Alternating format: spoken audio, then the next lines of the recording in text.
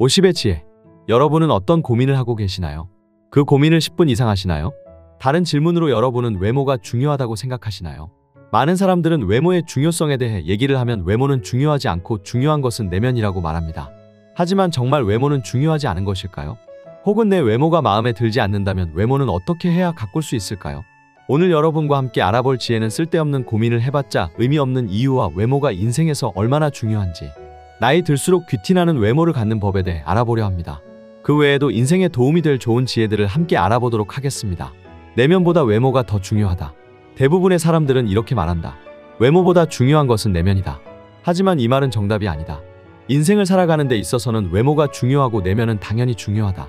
도덕적 문제와 관련해서는 사람들의 말을 크게 신뢰할 수 없다. 모든 사람들은 교통신호를 지켜야 한다고 알고 있으며 그렇게 말은 하지만 실제 생활에서는 그렇게 하지 않는 사람들이 이를 지키는 사람보다 훨씬 많기 때문이다. 이게 바로 말과 행동의 이중성이다. 이러한 이중성이 나타나는 것 중에 하나가 외모는 중요하지 않으며 마음이 중요하다는 말이다. 말은 그렇게 하면서도 자신들도 외모를 본다. 외모는 아주 오래전부터 중요하게 여겨졌기에 중국 당나라의 관리 선발 기준이었고 조선시대의 인재 판별 기준이라는 신원서판에서도 외모가 첫째 조건이었다. 정신의학에서는 사람을 한 가지 면으로 판단하면 정신이 미숙한 사람이라고 본다. 그러나 안타깝게도 우리가 사는 이 세상은 사람을 외모로 판단하고 있는 미숙한 사람들로 가득함을 명심하라. 바비 인형처럼 속이 텅 비어 있어도 예쁘면 뜨게 되고 가상의 인터넷 캐릭터 아바타를 치장하느라 정신없이 바쁜 것이 이 세상이다. 만일 내가 사람과 접할 일이 없고 다른 사람들에게 굳이 잘 보이지 않아도 하나도 아쉬울 것 없는 사람이라면 외모 따위는 중요하지 않다고 말할 수 있다. 하지만 그런 것이 아니라면 반드시 외모에도 신경을 써라. 여러 인간관계의 책을 보아도 사람은 외관이 중요하다고 말한다.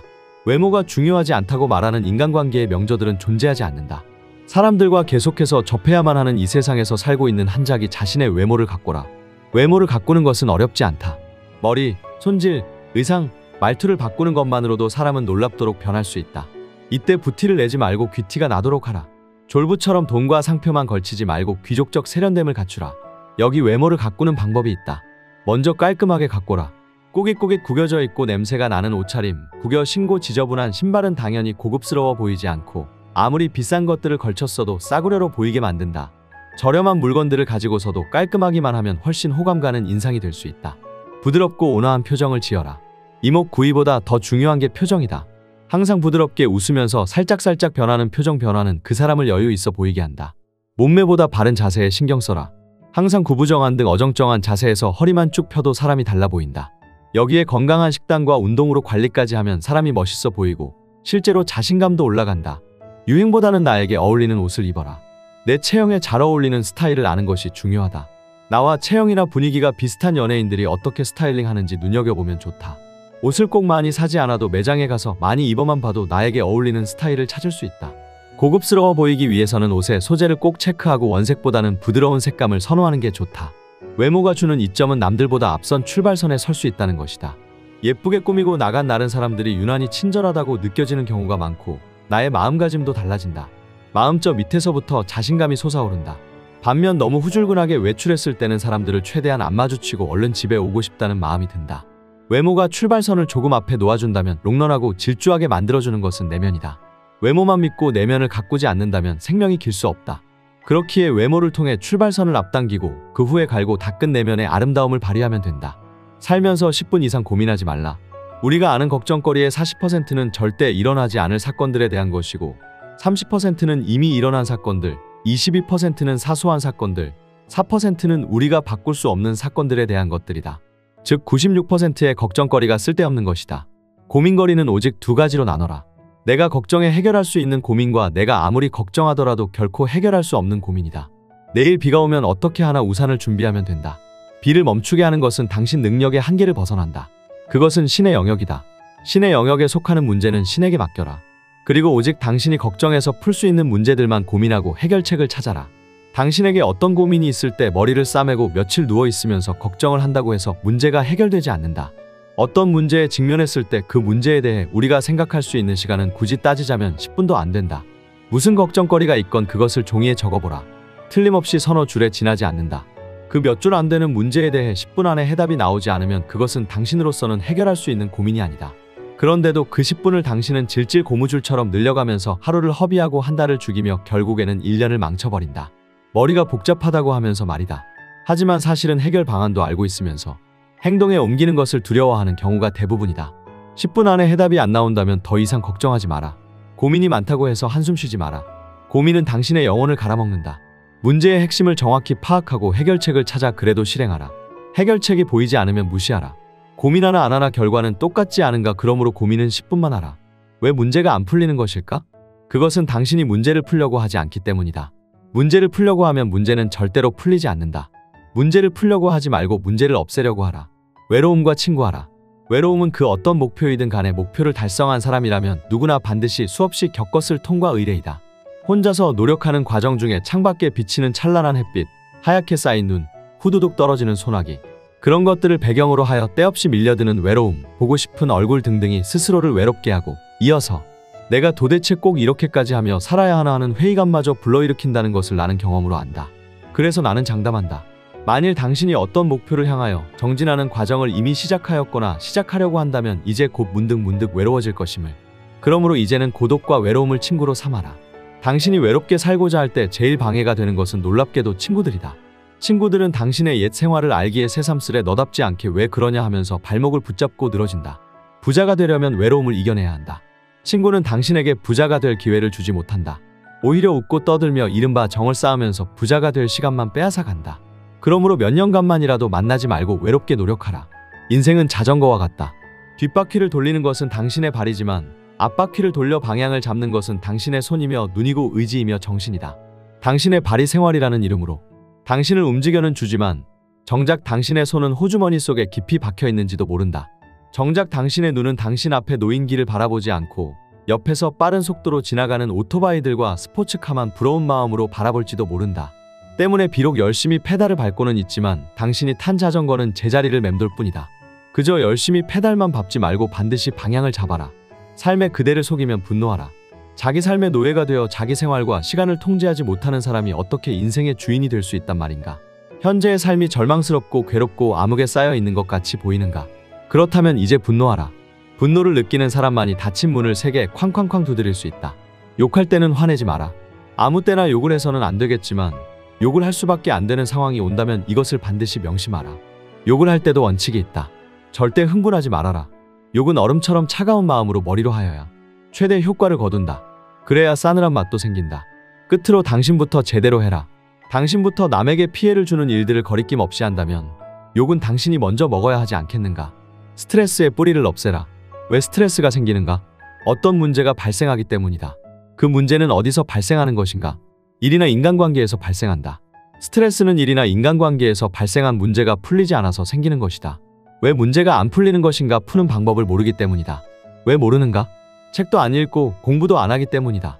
문제가 있으면 문제를 해결하려고 덤벼드는 것이 올바른 태도이다.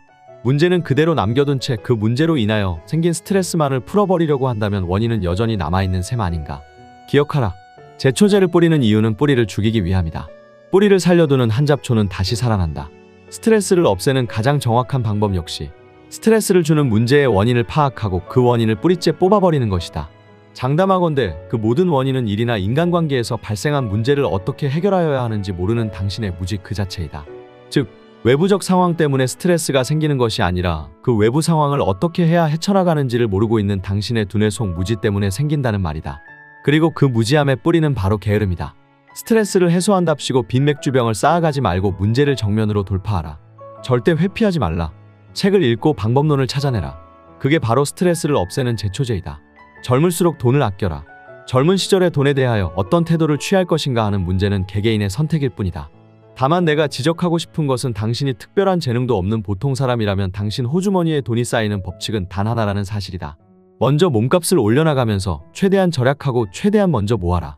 그러면 먼저 쌓일 것이다. 그 쌓인 돈이 부자가 될 종잣돈이 된다. 젊었을 때는 놀 것 다 찾아다니고 즐길 것 다 찾아다니며 카드를 긋고 쉴 것 다 찾아먹는 사람들이요. 당신들과는 전혀 다른 방식으로 삶을 살았던 덕분에 부자가 된 사람들이 당신들과 별다를 바 없이 젊음을 보냈던 사람들은 절대 아니라는 것을 기억해라. 나의 적은 나 자신뿐이다. 현재의 위치에서 미래를 미리 계산하여 보고 미리 포기하는 그런 사람들이 당신 주변 사람들이며 그들은 그저 일확천금을 꿈꾸면서 연예인이나 정치인, 스포츠 선수들, 컴퓨터 게임, 채팅, 명품, 브랜드, 경마 등에 무지 관심이 많다. 당신이 하는 게임은 바로 그런 사람들과 하는 것이다. 기억하라. 이것 역시 당신에게는 춤을 추고 싶을 정도로 너무나도 기쁘고 다양한 사실이라는 것을. 이것은 마치 전쟁터에서 당신의 적군이 더 이상 싸울 생각을 갖지 않고 총을 내려놓은 것이나 마찬가지이다. 그런 적들과 싸울 때는 총도 필요 없고 그저 활이나 창만 있어도 이길 수 있지 않겠는가. 거창한 그 무엇도, 번쩍번쩍한 학벌도, 대통령 친척과 친하게 지내는 배경도, 많은 자본도 필요 없다는 말이다. 이 사실을 빨리 깨달아라. 높은 성과를 올리는 생산적인 사람, 끊임없이 혁신을 꾀하면서 계속 발전하는 사람, 다른 사람에게 영향을 미치는 비중 있는 사람. 그런 사람이 되는 길은 오직 지속적인 관리와 노력밖에 없다고 말한다. 나도 그의 말에 동의한다. 부자가 되는 데 있어서의 경쟁자는 천재가 아니라 결국은 자신의 의지라고 하는 이 지극히 간단한 사실이다. 만족은 내면에서 찾아라. 우리가 행복을 느끼는 곳은 외부가 아닌 내면에서 찾아야 한다. 당신 자신의 노력을 인정해주고 칭찬해주는 주체는 외부의 직장 상사나 선생님이 아니라 스스로가 되어야만 한다. 만약 스스로가 만족하고 어느 정도까지의 경지에 도달했을 때 스스로 느낄 수 있는 뿌듯함, 그때 생기는 성취감이야말로 인생을 살아가는 최고의 동력이 된다. 노력이란 이런 것이다. 노력이란 당신이 좋아하는 것을 더 많이 하는 것이 아니라 당신이 이런 핑계, 저런 핑계를 대면서 하기 싫어하는 것을 더 많이 하는 것을 의미한다. 그렇다. 노력이란 싫어하는 것을 더 열심히 하는 것이다. 기회는 모두에게 제공되지만 그 보상은 당신의 노력 여하에 따라 차등적으로 이루어짐을 명심하라. 노력한 만큼의 대가는 반드시 주어진다는 것을 믿어라. 문제는 그 시기가 당신이 생각하는 시간보다 더 미래에 있다는 점이다. 일을 좀 더 잘하려면 어떻게 하여야 하는가? 어떤 일을 반복적으로 하고 있다면 반드시 개선점을 찾아내고 행동하기 전에 그 일에 필요한 지식을 반드시 흡수하고 실수하지 말고 효율적으로 일하고 그 일을 이미 해본 경험자들의 의견을 반드시 들어라. 허들레질부터 제대로 해라. 무엇이든 시키는 일이라면 제대로 해라. 자존심은 주변 사람들이 당신을 스스로 낮출 줄 아는 사람으로 인정할 때 저절로 지켜지게 되는 것이다. 일 전체를 구석구석 빈틈없이 알고 스스로를 낮출 수 있는 사람으로 인정받으려면 허들레질부터 제대로 해라. 순간순간 충분히 몰입해라. 행복은 순간순간 충분히 몰입할 때 찾아온다. 가장 행복한 사람은 행복해지고 싶어하는 열망이 크지 않았던 사람이다. 길을 쓰고 행복을 찾아 나서는 사람이 오히려 행복해지기가 힘들다는 뜻이다. 가장 행복한 사람은 행복하기 위해 노력하지 않는다. 진정한 행복은 사람들로 하여금 몰입하게 만들고 도전하게 만들고 빠져들게 만드는 흥미로운 것들과 관련이 있다. 장담하건대 당신이 재미있는 것만 즐기며 시간을 보내다 보면 당신의 삶 자체가 조만간 재미없어질 것이다. 당신이 헛되이 보낸 오늘은 어제 세상을 떠난 사람들이 그렇게나 원했던 내일이었다. 오늘은 당신에게 남아있는 생의 첫날이다. 우리는 왜 절망하는 것일까? 미래의 상황을 현재의 처지에 비추어 미리 계산하기 때문이다. 하지만 지금 상황이 이러저러함으로 5년 후, 10년 후에도 이러저러 할 것이기에 희망이 없다고 생각한다면 그건 너무 계산이 빠르다고 생각한다. 점쟁이도 자기 미래는 모르는데 어떻게 감히 신의 영역인 미래를 스스로 투시하고 미리 계산할 수 있다는 말인가? 부자가 되려면 미래 방정식에 지금의 처지를 대입하면 절대 안 된다. 결코 그런 짓을 하지 말라. 절대로 내가 이걸 배워서 어디다 써먹겠어, 내가 이렇게 한다고 해서 무슨 소용이 있겠어 하는 따위의 생각은 추호도 갖지 말라. 그것 역시 미래 방정식에 현재의 시간을 대입시키는 어리석은 짓이며 패자들이 즐겨 사용하였던 핑계에 지나지 않는다. 이런 말을 들은 적이 있다. 3번은 질리고 5번은 하기 싫고 7번은 짜증이 나는데 9번째는 제가 잡힌다. 제가 잡힌다는 말은 일에 리듬이 생겨 묘미가 생긴다는 말이다. 즉 피곤을 가져오는 노동이 아니고 재미를 느끼게 되는 단계인 일이 되게 된다는 말이다. 필명 세이노님의 저서 세이노의 가르침의 지혜였습니다. 이 지혜들이 어떠셨나요? 내용을 표현하는 방식은 거칠어 보이지만 이 내용들은 정말 삶에 도움이 되는 그런 지혜가 아닐까 싶습니다. 오늘 함께 알아본 지혜들이 우리 모두에게 도움이 되는 지혜였기를 바랍니다. 날이 점점 추워지고 있습니다. 감기 조심하시기 바라며 행복한 올해의 마무리가 되시기를 소망합니다.